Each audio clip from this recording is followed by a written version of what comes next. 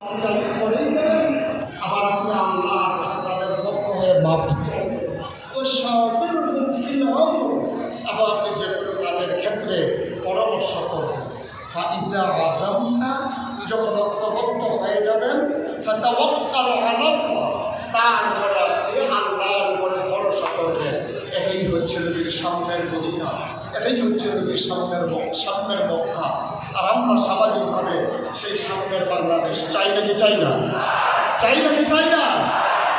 অন্যায়কে আমরা অন্যায় করতে চাই, ন্যায়কে আমরা ন্যায় করতে চাই, ঠিক কিনা বলেন? কালোকে কালো, ধরোকে ধরো। আমরা লম্বাকে লম্বা বলতে চাই, খাটোকে কাঠো বলতে চাই। আমরা গর্ব ভরে ওই পাপিকে পাপি বলতে চাই। আমরা সাংবাদিক সম্মেলন করে বলতে চাই না আমার প্রিয় 400 কোটি টাকার মালিক। লজ্জায় মাথা হ্যাট হয়ে যায়।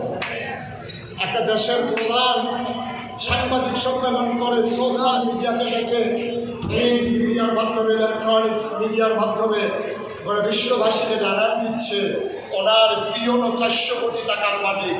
আফসোস সেদিন ওখানে ওই সাংবাদিক ছিল না যে ইচ্ছে করতে বলতে পারত প্রিয় যদি হয় 400, আপনি না জানি কত।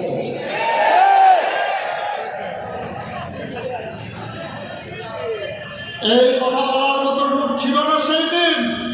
দালাল মিডিয়া, হলুদ সাংবাদিকতা কেমন করে পদলেহন করা লাগে বাংলাদেশের মানুষ 17 বছর ধরে মিডিয়ার ভূমিকা দেখেছে, ঠিক কিনা বলেন?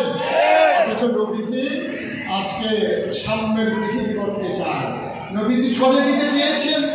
আর নবীর ওয়ারিসুল আম্বিয়া আর ওলামা ওয়ারাসাতুল আম্বিয়া, একদল জাগ্রত মানুষ, একদল আলেমে দ্বীন, একদল মক্কা মুজাহিদ নবীর রেখে যাওয়া সেই সম্পদকে সামনের দিকে এগিয়ে নিয়ে যেতে চায়। যেটুকু তিনি রেখে গিয়েছিলেন এটাকে আরো ফুলে ফলে সুশোভিত করে বিশাল নবীরুক্ষে পরিণত করে দিতে চায়। নবী 23 বছরের জীবনে যে আদর্শ উপহার দিয়েছিলেন, আমরা তার যোগ্য ওয়ারিশ হিসেবে আমাদের দায়িত্ব ছিল এই ময়দানে নবীর ওয়ারিশ হিসাবে বাড়িয়ে নেওয়া সেই ময়দানের কাজগুলো।